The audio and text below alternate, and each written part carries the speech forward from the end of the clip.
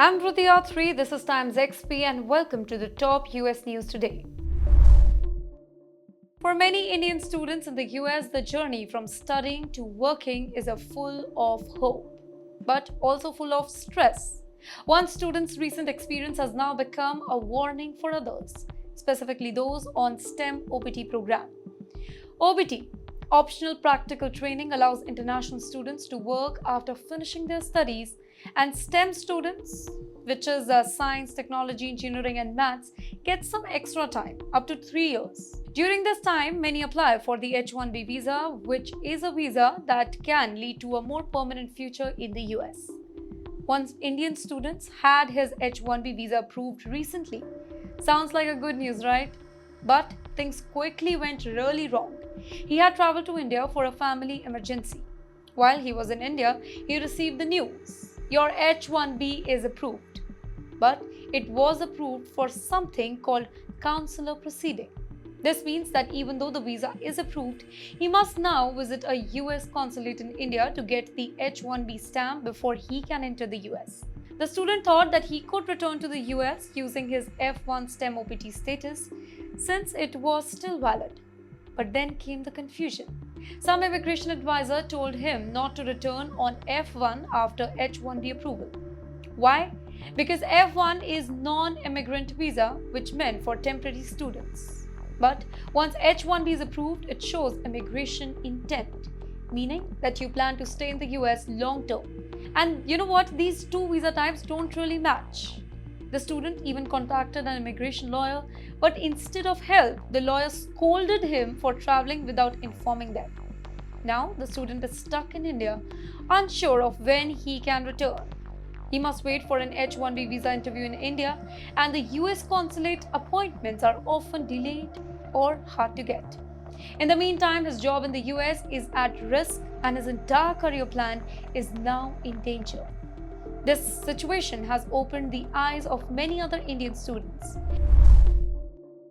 Many Indian students are feeling heartbroken and frustrated these days. Even after spending lakhs of rupees on preparing for exams, applying for US universities, and paying visa fee, their student visa, called the F-1B visa, is getting rejected in just few seconds. You know what worse is that they are not even being told any clear reason.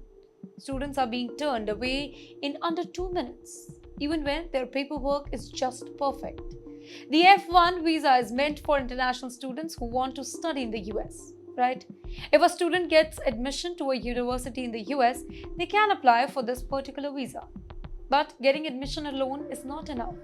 During the visa interview, the student must convince the visa officer that they have enough money to cover their education, that they are a genuine student, and that they will return to India after finishing their studies. However, even students who meet all the requirements are facing rejection now. Let me give you an example. One Indian girl recently went for her F1 visa interview at the US Embassy in New Delhi. She had taken a student loan, her mother was her financial sponsor, and she had been accepted by more than 1 universities in the US. She confidently answered every question. But within just 2 minutes, she was denied a visa under something called Section 214B. This particular rule is used when the visa officer thinks that the student may not return to India after study. Well, the strange part is that the girl had no red flags in her application. No missing document, no visa history problem, yet she was still denied. In another case, a student was working remotely from India for a US-based company. She explained during the interview that her job was legal and she worked from India. But the visa officer misunderstood and thought that she was working illegally in the US. Even after she tried to clear up the confusion, her visa was rejected. These kinds of situations are becoming very common, and many students feel that they are not being given the chance to explain themselves. For many, the US visa process now feels like a lottery. This is a very sad and emotional story that has shocked the Indian community in America. Two young Indian students, Manav Patel, aged 20, and Saurav Prabhakar, aged 23, were studying at Cleveland State University in the United States. They had big dreams like many other Indian students. But sadly, they lost their lives in a terrible car accident in Pennsylvania on May 10th. According to local police and reports, Saurav was driving the car. While driving in East Cocalico Township, their car suddenly went off the road, hit a tree, and then crashed into a bridge. It was a very serious accident. Both Saurav and Manav died on the spot, and another friend sitting in the front seat was seriously hurt and taken to the hospital. Well, the reason for the accident is still not very clear, but CCTV footage showed that the car lost control. It's not known if it was due to weather, road condition, or anything else. But officials have said that it was an accidental death due to multiple injuries. In the meantime, the Indian consulate in New York shared this tragic news and said that they are deeply saddened. The consulate is now helping both the families in India with all the needed support, including the process of sending their bodies back home. In a message posted online, the consulate said that we are deeply saddened to hear about the deaths of Manav and Saurav, two bright Indian students. We are in touch with their families and offering all the possible help. Why this story matters? Every year, thousands of Indian students go to the US with dream of a better future.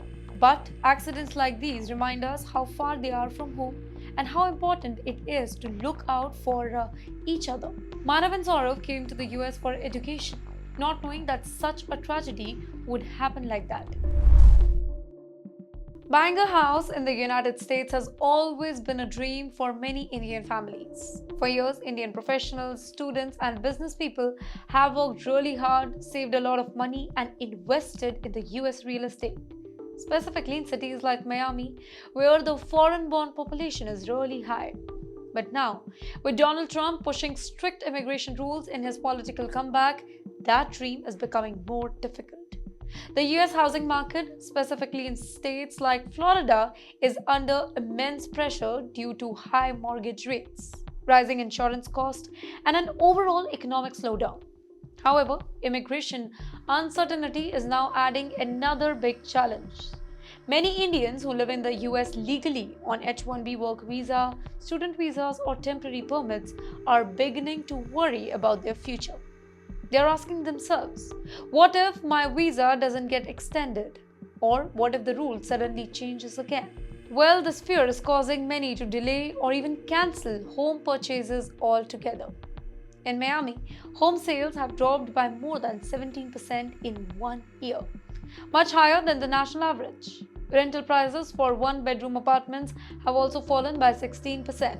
Many properties are sitting on the market for months without any buyer.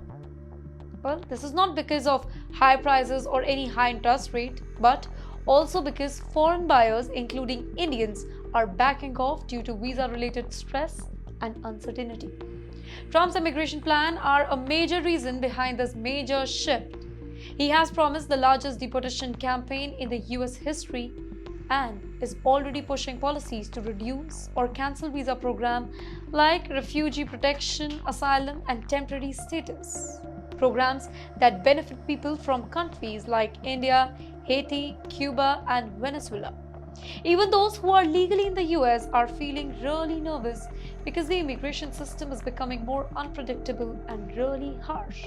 To make things worse, Trump is also targeting FHA, Federal Housing Administration loans.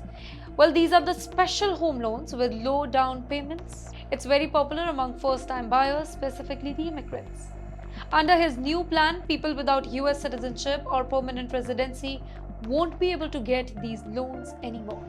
Well, this thing directly affects the Indians who are on work or student visa and are just starting to build their lives in America. In the meantime, landlords too are changing their approach. In the past, many were fine renting homes to tenants with temporary visas. Some even looked the other way if somebody was undocumented. Now, many landlords are asking for proof of citizenship or long-term visas before agreeing to rent. Meet Yamini Rangan, an Indian origin CEO leading a giant American tech company called HubSpot, which is worth over $34 billion. While most people enjoy Sundays as a break from work, Yamini says that she actually enjoys working on Sunday. But should everybody follow her style, or is this just possible because she's at the top? So let's break it down. Yamini recently spoke in a podcast and shared her weekly routine. She said that after finishing her work late on Friday night, sometimes as late as 8, 9, or even 10 pm, she completely shuts off from work on Sunday. No emails, no meetings, just rest and personal time. But on Sunday, she gets back to work not because she has to, but because she enjoys it. She spends Sunday reading, thinking, writing, and planning. However, she makes sure not to disturb her team by sending them emails. She says that having this kind of personal thinking time on Sunday helps her stay really fresh and creative. She explains it like this: I enjoy Sunday because it's my time.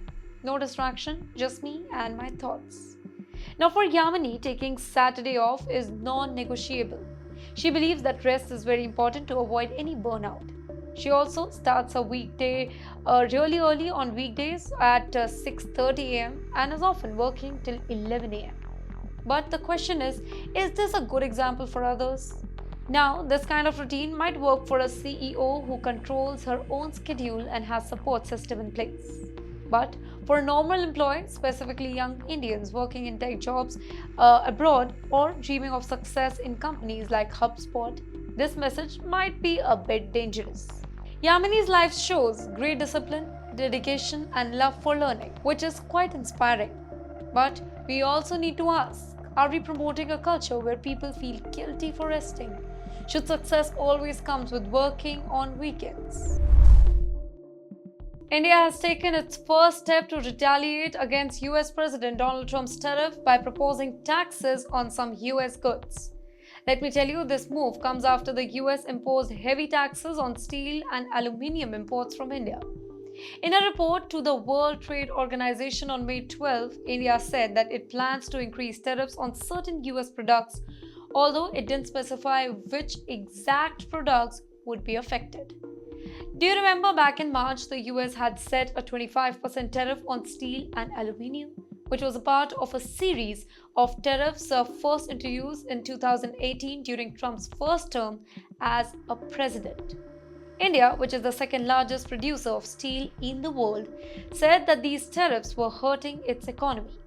In response, India stated that the US taxes were impacting about $7.6 billion worth of products made in India that were being sold in the US. In addition to the steel and aluminium tariffs, the US has warned that it could impose its own 26% tariff on Indian goods.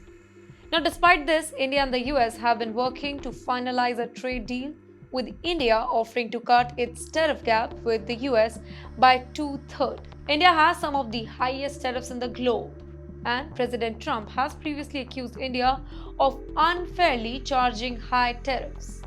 India has also recently placed temporary tariffs of 12% on steel imports to limit the influx of cheap steel, particularly from China. India is also negotiating with other countries to secure better trade deals for its steel exports. You know what? This is the very first time when India has taken retaliatory action during Trump's second term, after initially signaling that it would not retaliate and would instead focus on trade talks. But yes, the timing of this move is quite sensitive, as both countries are trying to finalize a broader trade agreement by this fall. Indian-American lawmaker J.J. Singh has done something really big for the students in Virginia.